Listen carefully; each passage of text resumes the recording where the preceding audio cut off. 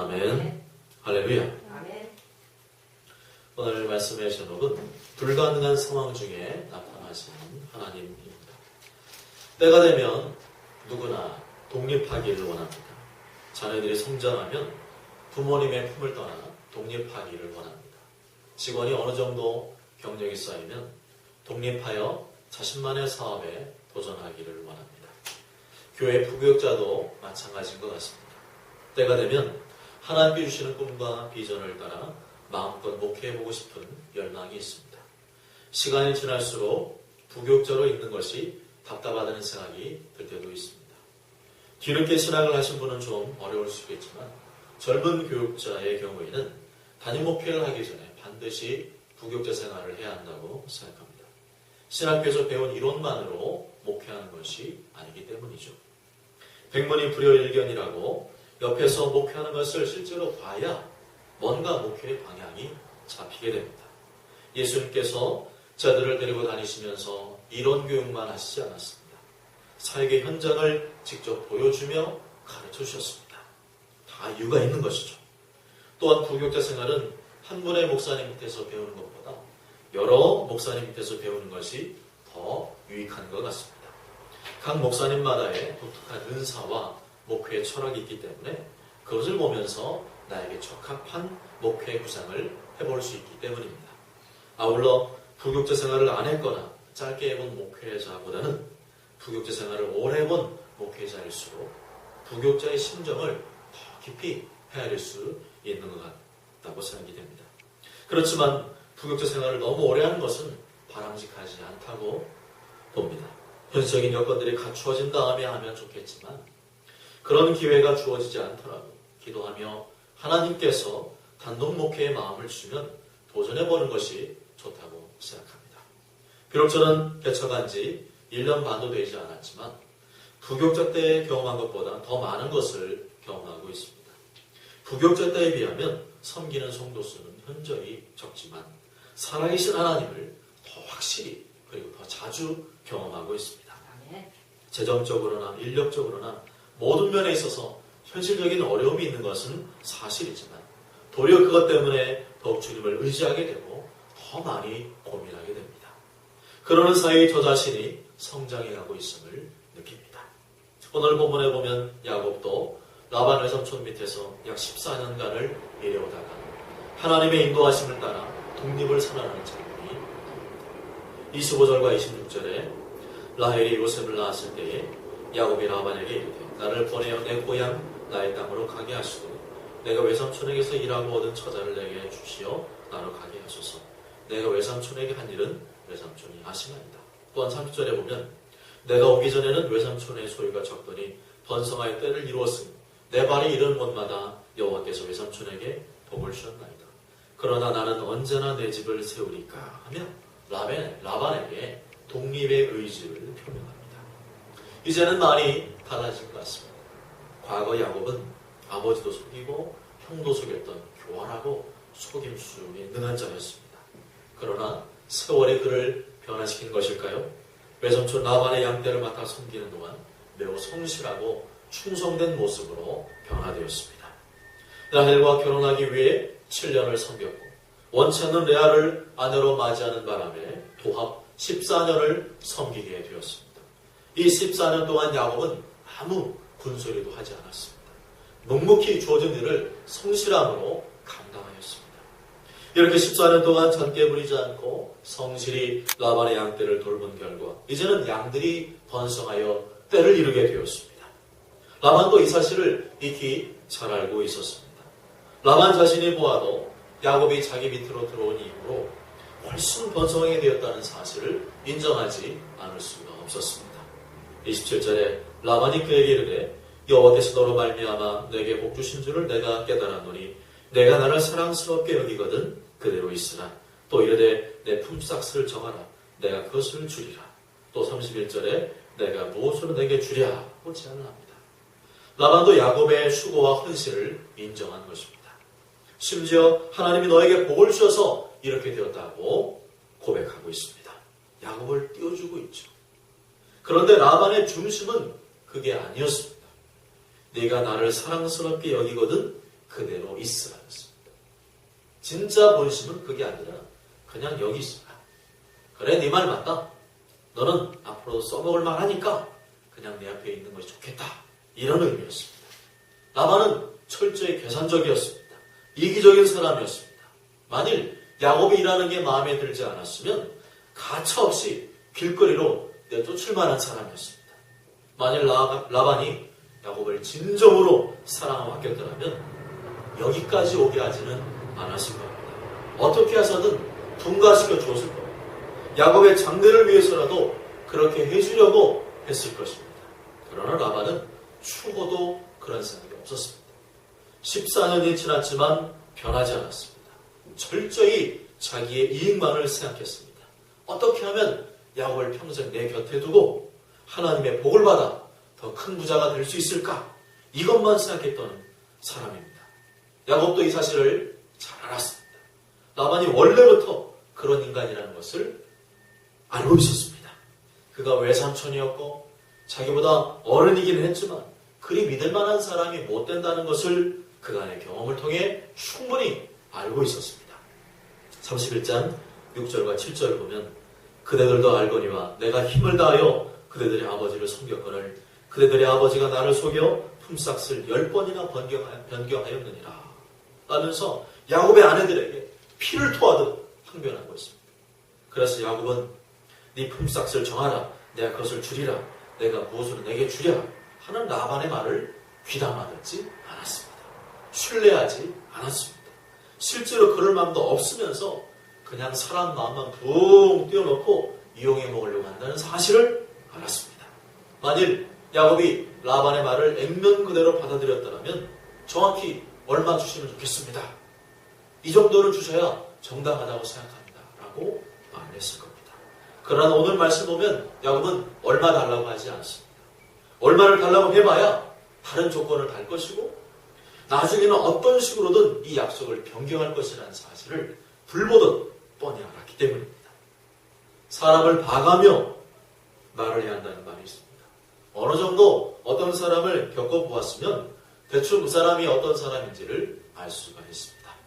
그 사람에 대해서 완벽하고 자세히는 모른다 할지라도 적어도 그 사람이 믿을 만한 사람인지 아닌지 또 약속을 지킬 만한 사람인지 아닌지 정도는 충분히 알 수가 있습니다. 만일 그 사람이 믿지 못할 사람이고 약속을 지키지 못하는 사람인 줄 알면서도 속아 넘어갔다면 그 책임이 누구에게도 있습니까? 나에게도 있습니다. 미리 그럴 줄 알면서도 또 그 말을 믿었고 그래서 원치 않는 피해를 입게 되었다면 나에게도 잘못 결정한 책임이 있는 것입니다. 연애할 때도 사람을 잘 봐야 합니다.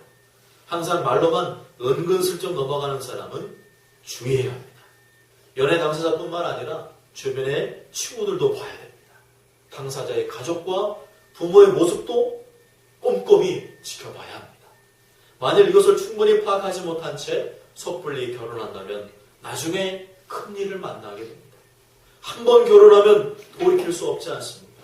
평생을 같이 살아야 되지 않습니까? 그만큼 결혼이든 어떤 중대한 결정을 해야 될 때는 사람을 봐가며 해야 됩니다. 검증된 사람이어야 됩니다. 그냥 내 마음이 그 사람 마음이겠거니 해가지고는 안 됩니다. 예수님께서도 이러한 사람의 속을 아시고 이렇게 말씀하셨죠. 마태복음 10장 16절에 보라 내가 너희를 보냄이 양을 이리 가운데로 보냄과 같도다. 그러므로 너희는 뱀같이 지혜롭고 비둘기같이 순결하라. 우리가 사는 세상은 그리 만만하지 않습니다. 내가 상대하는 사람, 특히 돈이 오가는 중에는 속이는 사람이 많습니다. 나 자신을 향해서는 정직하고 깨끗해야 되겠지만 타인을 대할 때는 지혜롭게 처신해야 됩니다.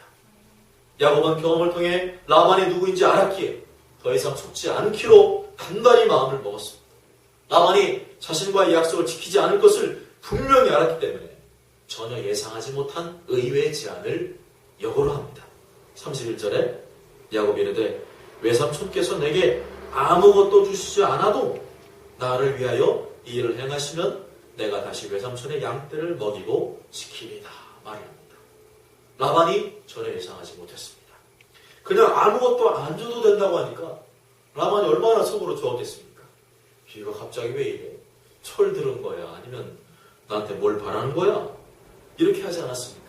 그렇다면 야곱이 제안한 조건은 무엇입니까? 32절과 33절에 나와 있죠. 오늘 내가 외삼촌의 양떼에 두루다니며 그 양 중에 아롱진 것과 점 있는 것과 검은 것을 가려내며 또 염소 중에 점 있는 것과 아롱진 것을 가려내리니 이 같은 것이 내 품삯이 되리이다. 후일에 외삼촌께서 오셔서 내 품삯을 조사하실 때에 나의 의가 내 대답이 되리이다. 내 혹시 염소 중 아롱지지 아니한 것이나 점이 없는 것이나 양 중에 검지 아니한 것이거든 다 도둑질한 것으로 인정하셔서. 보통 양들은 다 하얀색이죠. 그런데 야곱은 아롱진 양, 점 있는 양, 검은 양을 가지겠다고 했습니다. 또 염소들은 보통 다 검습니다. 그런데 점 있는 염소, 아롱진 염소를 가지겠다고 했습니다. 확률상으로 어떻습니까? 야곱이 가질 게 별로 없는 거죠. 당시에는 야곱이 멘델의 우열의 법칙을 몰랐을 겁니다. 멘델의 우열의 법칙이란 순종과 잡종이 교배를 하면 중간 것이 나오는 것이 아니라 대부분 순종이 나온다는 법칙이죠. 다시 말하면 흰 양과 얼룩진 양을 교배하면 얼룩진 양이 나오는 것이 아니라 흰 양이 나올 확률이 높다는 겁니다. 그리고 검은 염소와 얼룩진 염소를 교배하면 얼룩진 염소가 나오는 것이 아니라 검은 염소가 나올 확률이 높다는 것입니다. 이것을 라반도 알았을 겁니다. 멘델의 유전 법칙은 몰라도 오랜 기간 양을 길러보고 교배를 해보니까 그렇게 되더라는 것을 경험상으로 충분히 알았을 겁니다. 라반도 알았을 겁니다. 왜냐하면 양 키우는 사람들이니까. 게다가 야곱은 쐐기를 박는 말을 합니다. 나중에 확인해 보시고 만일 나에게서 흰 양이나 검은 염소가 있으면 나를 도둑놈 치고 해도 좋다고 얘기를 하죠. 야곱이 아주 특이하고도 굉장히 고차원적인 제안을 했습니다. 라반도 다만 들어보니까 충분히 이거는 타당한 거예요. 계산적으로 얘가 지금 손해볼 거를 알면서 그렇게 제안을 한다는 것을 알았습니다. 이거는 사기꾼이 들으면 아이고 이거는 완전 바보 수준이네 그렇게 취급할 만한 제안이었습니다. 야곱의 제안은 마치 경마장에 가서 가장 힘있고 젊은 말을 고는 것이 아니라 가장 힘없고 비실비실한 말에다가 자기의 전 재산을 다 걸겠다는 말과 같은 것이었습니다. 라반은 속으로 비웃었을 겁니다. 야, 그런 것도 제안이라고 하냐? 돌머리가 아닌 이상 그런 제안을 하지 않을 텐데 하면서 되려 의문을 가졌을 겁니다. 그런데 아무리 생각해봐도 확률상 떨어지는 것이기 때문에 흔쾌히 승낙을 했습니다. 34절에 라반이 이르되 내가 네 말대로 하리라 하고 말이라죠. 어떻습니까? 이 말을 보면 라반이 처음부터 야곱이 원하는 품삯을 주려고 했던 것 같습니까? 아니죠. 진짜로 야곱을 생각해주는 사람이었다면 그렇게 제안한 야곱을 만류했을 겁니다. 우리 사이에 그럴 수 있냐? 정확히 얼마만큼을 떼어가지고 가라! 이렇게 말을 했을 겁니다. 그러나 라반은 야곱의 제안을 두 말도 하지 않고 받아들이죠. 아까는 그냥 예상한 말이었고 자신의 본심을 드러낸 겁니다. 만일 라반이 아브라함과 같은 큰 마음, 배려의 마음을 가지고 있었다면 어떻게 했을까요? 창세기 13장에 나와 있는 말씀처럼 우리는 한 친족이라 너나 나나 내 목자나 내 목자나 서로 다투게 하지 말라. 내 앞에 온 땅이 있지 아니하냐? 나를 떠나가라. 네가 좌하면 나는 우하고 네가 우하면 나는 좌하리라 했을 겁니다. 게다가 라반은 야곱이 추워도 헛헛삭을 부리지 못하도록 즉시로 자기 아들들을 시켜서 양과 염소 중에 얼룩무늬인 것, 아롱지 것, 점 있는 것을 다 구별한 다음에 먼 거리에다가 떼어놓습니다. 35절과 36절에 그날에 그가 순염소 중 얼룩무늬인 것과 점 있는 것을 가리고 암염소 중 흰 바탕에 아롱진 것과 점 있는 것을 가리고 양 중에 검은 것들을 가려 자기 아들들의 손에 맡기고 자기와 야곱의 사이를 사흘 길이 뜨게 하였고 야곱은 라반의 남은 양떼를 치니라. 라반은 야곱에게 조금도 주고 싶지 않았습니다. 단 한 마리도 주고 싶지 않았습니다. 그동안 야곱이 뼈 빠지게 수고한 것에 대한 보상은 안중에도 없었습니다. 외삼촌으로서 창피하지도 않습니까? 외삼촌을 떠나서 이게 인간이 할 짓입니까? 조카가 뻔히 자신의 모습을 지켜보고 있는데도 그 앞에서 대놓고 자기 아들 지켜가지고 아롱진 거, 점 있는 거, 얼룩진 거, 이런 야곱의 소유가 될 만한 것, 야곱의 품삯이 될 만한 것들은 한 마리도 남겨주지 않고 격리시켰습니다. 그리고 그것들이 절대로 섞이지 않도록 걸어서 3일이나 되는 먼 거리에 떼어놨습니다. 기가 막히죠. 라반은 양심이 없는 사람이었습니다. 양심에 확 맞은 사람이었습니다. 이렇게 보면은 라반이 하나님을 믿지 않는 사람이라는 것이 드러납니다. 하나님을 믿는 사람이라면 저렇게까지 막 나갈 수가 없지 않습니까? 하나님을 두려워하는 마음이 조금도 그 속에 없었던 겁니다. 그러나 하나님은 이 모든 것을 지켜보고 계셨습니다. 야곱의 억울함과 분노를 아셨습니다. 라반의 간교함을 아셨습니다. 그런데 우리 예상과 달리 하나님께서는 이 사건이 벌어지기 처음부터 개입하지 않으셨다는 사실입니다. 우리는 하나님 앞에 기도하며 하나님 앞에 간구할 때 모든 것이 처음부터 다 잘 되기를 바라지만 하나님은 그러한 방식으로 하지 않으심을 알 수가 있습니다.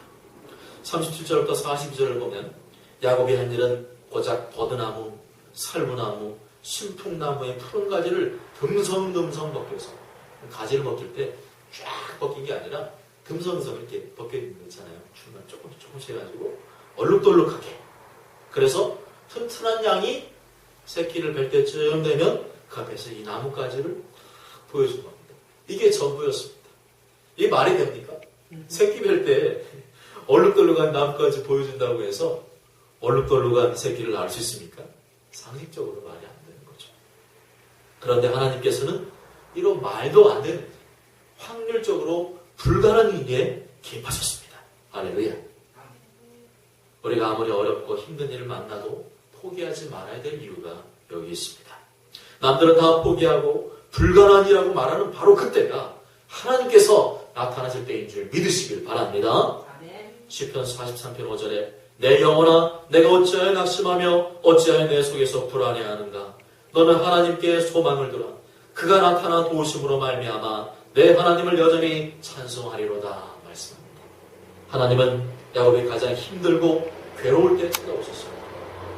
아무도 날 도와주지 않고 아무도 도와줄 수 없는 상황 가운데 찾아오셨습니다. 포기하고 싶고 절망적인 순간에 찾아오셨습니다. 그리고 그에게 넘치는 복을 허락해 주셨습니다. 43절 보시면 이에 그 사람이 매우 번창하여 양떼와 노위와 낙타와 나귀가 많았더라.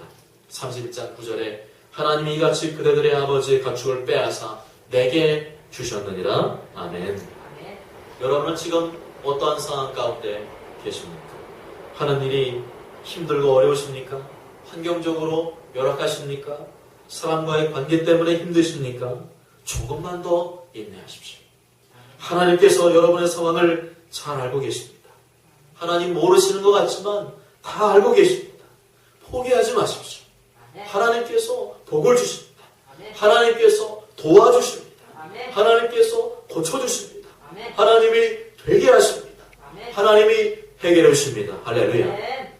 31장 11절과 12절 함께 읽어보실까요? 11절과 31장 11절과 12절 시작. 꿈에 하나님의 사자가 내게 말씀하시기를 야곱아 하기로 내가 대답하기를 여기 있나이다 하며 이르시되 내 눈을 들어보라. 단순 양은 다 얼룩무늬 있는 것, 점 있는 것과 아롱진 것이니라. 라반이 내게 행한 모든 것을 내가 보았노라. 아멘. 하나님은 라반이 야곱에게 행한 핍박과 악행을 다 지켜보셨습니다. 하나님은 당신의 자녀에게 고난을 허락하기도 하시지만 그것이 전부가 아니라는 겁니다. 때가 되면 그 모든 상황을 뒤집어 엎어서 당신의 영광과 능력과 기적을 보여주기를 원하십니다. 십자가와 부활의 복음이 바로 그러한 것입니다. 예수님께서 십자가에서 물과 피를 다 쏟으시고 큰 고통 가운데 숨지실 때에 모든 것이 다 끝난 것만 같았습니다. 이를 지켜본 제자들은 이제 우리에게는 아무런 소망이 없다고 생각했습니다.